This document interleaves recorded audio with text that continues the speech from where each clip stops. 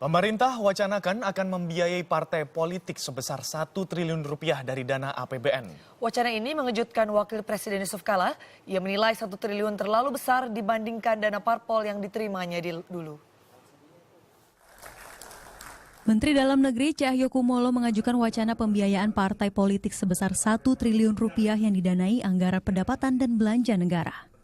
Wacana pembiayaan parpol ini dilatar belakangi pandangan bahwa partai politik memerlukan dana untuk persiapan dan pelaksanaan pemilu, serta pelaksanaan program dan operasional. Kalau toh mengerucut pemilu nantinya dari parliamentary threshold itu bisa disepakati lebih tinggi. Nah, seperti negara-negara lain, anggaran partai politiknya dari negara. Tidak ada nanti ditugaskan petugasnya dari kepala daerah atau anggota DPR itu cari-cari uang yang nggak perlu. Bergulirnya wacana 1 triliun rupiah untuk satu partai politik dalam APBN mengejutkan Wakil Presiden Yusuf Kala.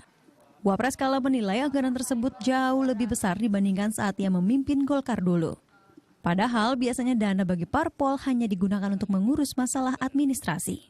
Pertama itu ada tetap dihitung besarnya partai itu, berapa kursi di DPR-nya dihitung sekian, tapi itu tidak besar. Hanya waktu saya ketua Golkar hanya terima 1 tahun kira-kira 2 miliar, padahal anggota DPR Golkar paling banyak waktu itu 126, kecil.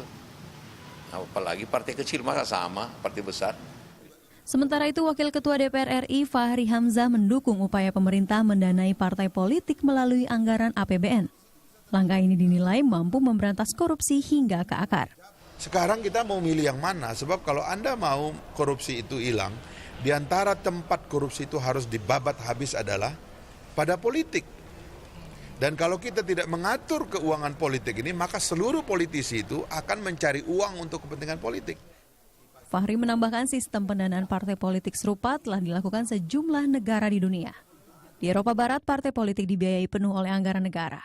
Sementara Amerika Serikat, partai politik mendapat suntikan dana dari negara serta sejumlah donatur.